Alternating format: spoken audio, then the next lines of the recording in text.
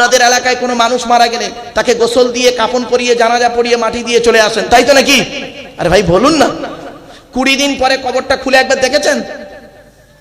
20 দিন পরে কবরটা খুলে দেখেছেন? একবার দেখবেন, ধারণা পাল্টে যাবে। শুনে নিন, মানুষ মারা যাবার পর মাটি দিয়ে আসার পর 8 থেকে 10 দিন পরে মাথার চুলগুলো, গায়ের লোমগুলো, নখগুলো খসে খসে পড়ে যায়। 12 থেকে 14 দিন পর ব্রেনটা পচে গিয়ে নাক দিয়ে, কান দিয়ে, গাল দিয়ে গড়তে থাকে। 18 থেকে 20 দিন পর পেটটা ফেটে গিয়ে পোকায় তৈরি হয়। 2 মাস পর কি হয়? সমস্ত মাংস সব পোকায় খেয়ে নেয়। 6 মাস পরে হাড়গুলো শেষ।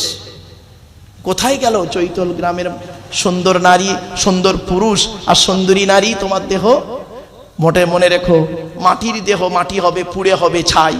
এ দেহ পচা দেহ, গরব কিসের ভাই? সুতরাং পৃথিবীতে আপনি যেন দেহটাকে সুন্দর রাখুন। শুনে রেখে দিন, কবরে যেন দেহটা টাটকা থাকে।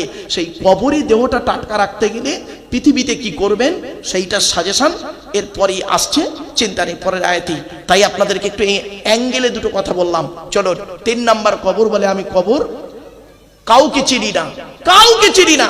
কে মৌলানা মুফতি পিসা মনিষা মুফতি সাহেব হাইসাব গাইসা কোন সাহেবকে আমি চিনি না, তার আমল ছাড়া। 4 নাম্বার কবর বলে আমি কবর আমার উপরে লাইটিং করতে গেলে, মাজার করতে গেলে টাকা, মানে খুশবু করতে গেলে টাকার প্রয়োজন হয়।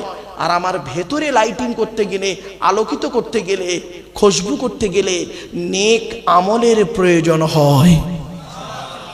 আমার বাপেরা, পৃথিবীতে যে কদিন বেঁচে থাকবেন, মানুষের উপকার করতে না পারলে ক্ষতি করতে যাবেন না।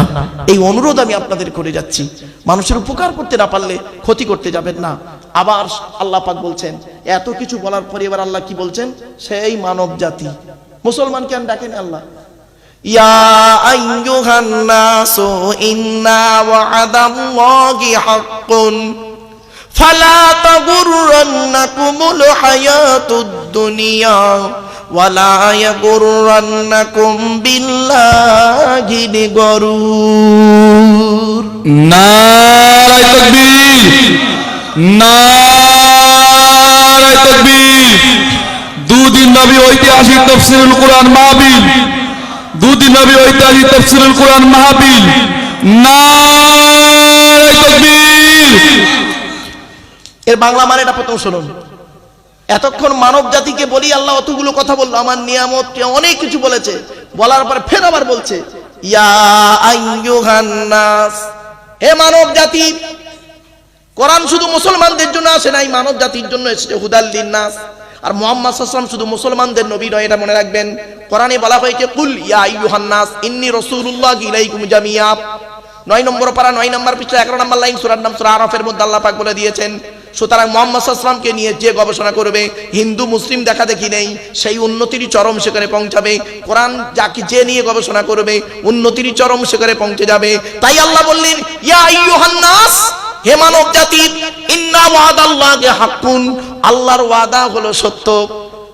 আল্লাহর ওয়াদা কি? সত্য। এই ওয়াদা সম্পর্কে যখন আসে, একটা কথা আপনাদের বলে যাচ্ছি, মুনাফিকের নিদর্শন হলো 3টি থেকে 4টি। কটা কটা কটা কটা কটা 3 থেকে 4, 3 থেকে 4 হাদিসে এসেছে। কোন হাদিসে এসেছে 4টে, কোন হাদিসে এসেছে 3টে। কি কি শুনে রেখে দিন, চমকে যাবেন, খারাপ সেন্স নেবেন না যেন।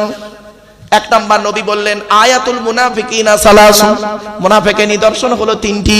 ইজা হাদ্দাসা কাযাবা, কথায় কথায় মিথ্যা কথা বলবে, ওই লোকটাও হলো মুনাফিক। কথায় কথায় মিথ্যা কথা বলবে যে লোকটা, ওই লোকটা হবে মুনাফিক। বাবা মুনাফিক কথায় কথায় মিথ্যা কথা যে কত বলেছে তার কোনো ঠিক নেই, কত ওয়াদা করেছে, ওয়াদা খেলাপ করেছে।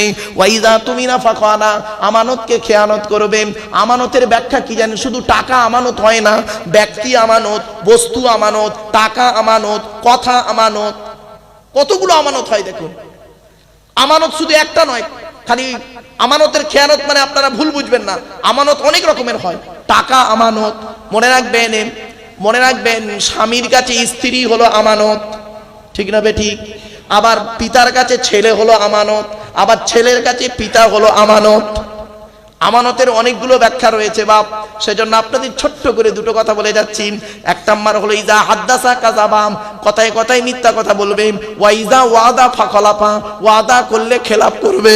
ওয়াইজা তুমিনা ফাখানা, আমানতকে খেয়ানত করবে। আর অন্য হাদিসে এসেছে কি জানেন, যখন ঝগড়া হবে, তর্ক বিতর্ক করবে, যখন গালিগালাজ শুরু করে দেয়, আছে না অনেকে